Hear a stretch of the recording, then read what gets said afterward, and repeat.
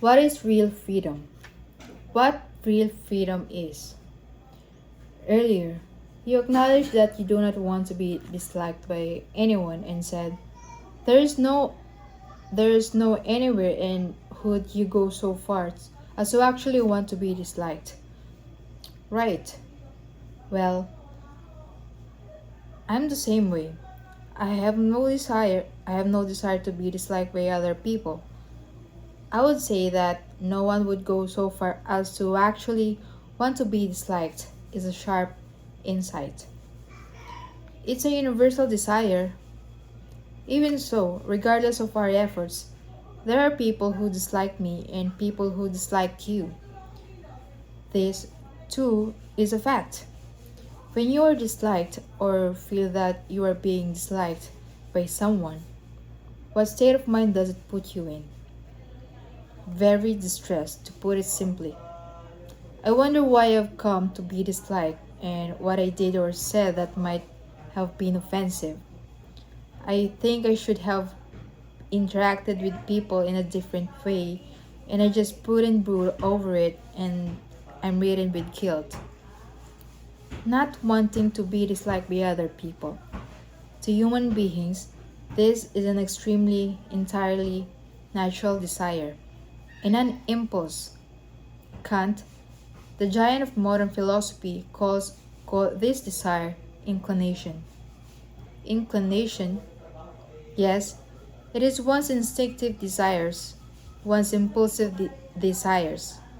Now, if one were to say that living like a stone tumbling downhill and allowing such inclination or desires or impulses to take one whenever they will say will is freedom, one would be incorrect.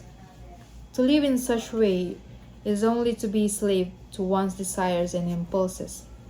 Real freedom is an attitude akin to pushing up one's stumbling self from below. Pushing oneself up from below.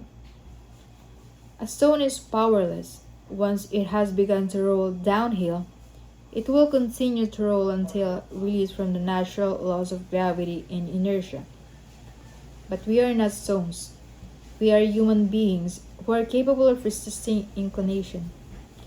We can stop our tumbling selves and climb uphill. The desire of recognition is probably a natural desire. So are you going to keep rolling down in order to receive recognition from others? Are you going to wear yourself down like rolling stone until everything is smoothed away? When all that is left is a little round ball, would that be the real I? It cannot be. Are you saying that resisting one's instincts and impulses is freedom? As I have stated repeatedly, in Adlerian psychology, we think that all problems are interpersonal relationship problems. In other words, we seek release from interpersonal relationships. We seek to be free. We seek to be free from interpersonal relationships. However, it is absolutely impossible to live all alone in the universe.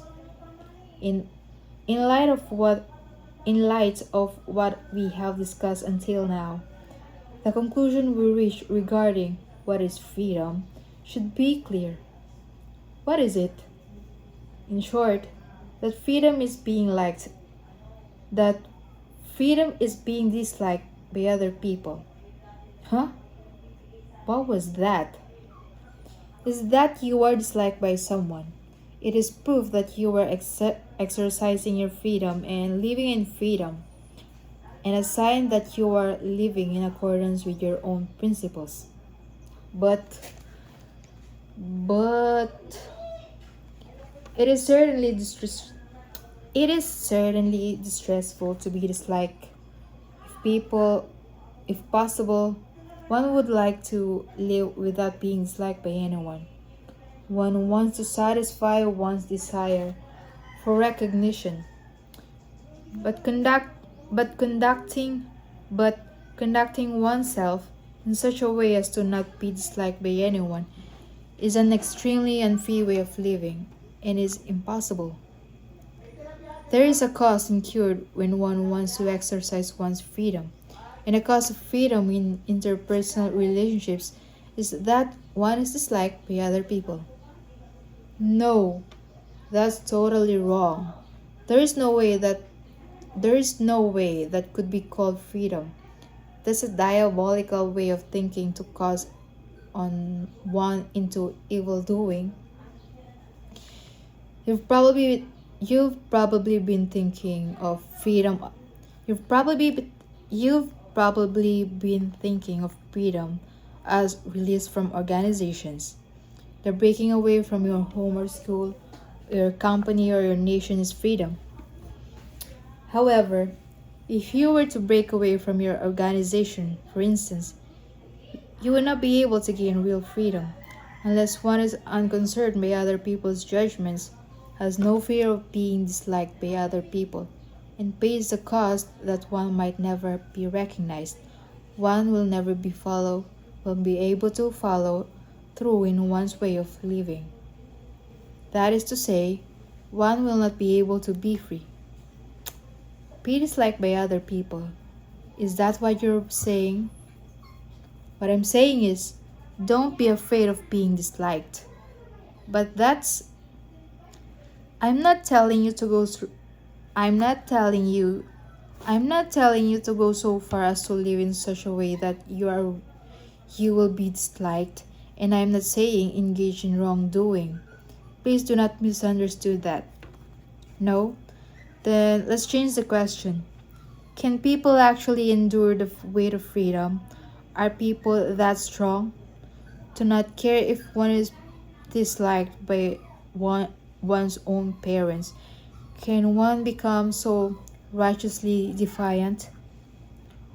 One neither prepares to be self righteous nor becomes defiant.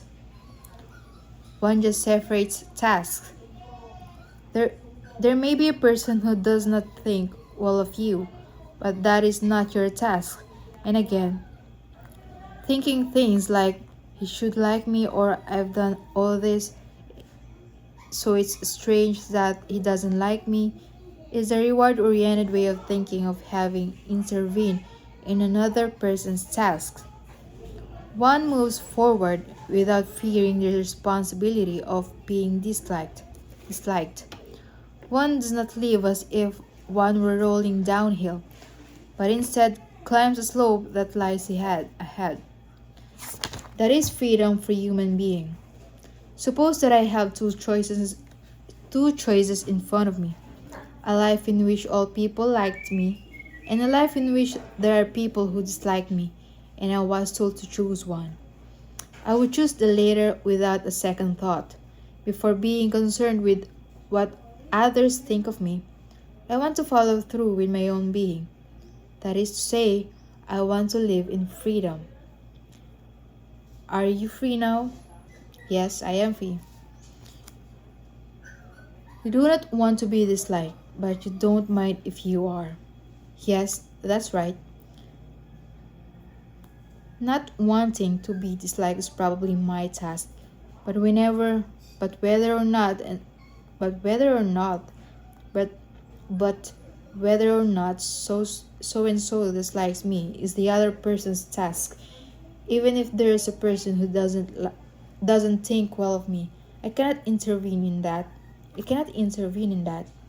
To borrow from the proverb I mentioned earlier, to to borrow from the proverb I mentioned earlier, naturally one would make the effort to lead someone someone to water, but whether he drinks or not is the person's task. That's some conclusion. The courage to be happy it also includes the courage to be disliked. When you have gained the courage, your interpersonal relationships will all at once change into things of lightness.